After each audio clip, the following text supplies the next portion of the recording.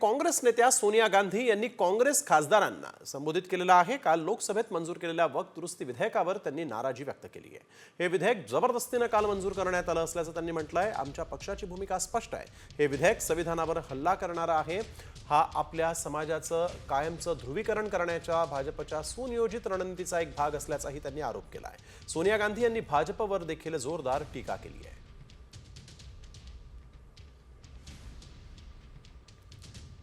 तर लोकसभेत वक्फ दुरुस्ती विधेयक मंजूर करत मोदी सरकारने 6 लक्ष्य साधलेले आहेत। पाहूयात।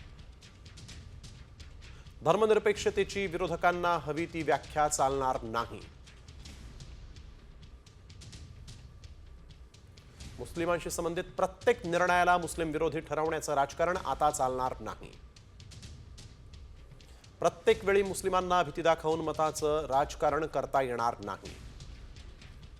मुस्लिमांशी संबंधित मुद्द्यांवर आंदोलन करून निर्णय बदलता येणार नाही।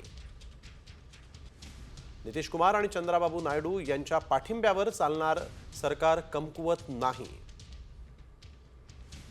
विरोधकांच्या जागा वाढल्या असल्या तरी निर्णय घेण्याची शक्ती पंतप्रधान मोदींच्या हातातून गेलेली नाही।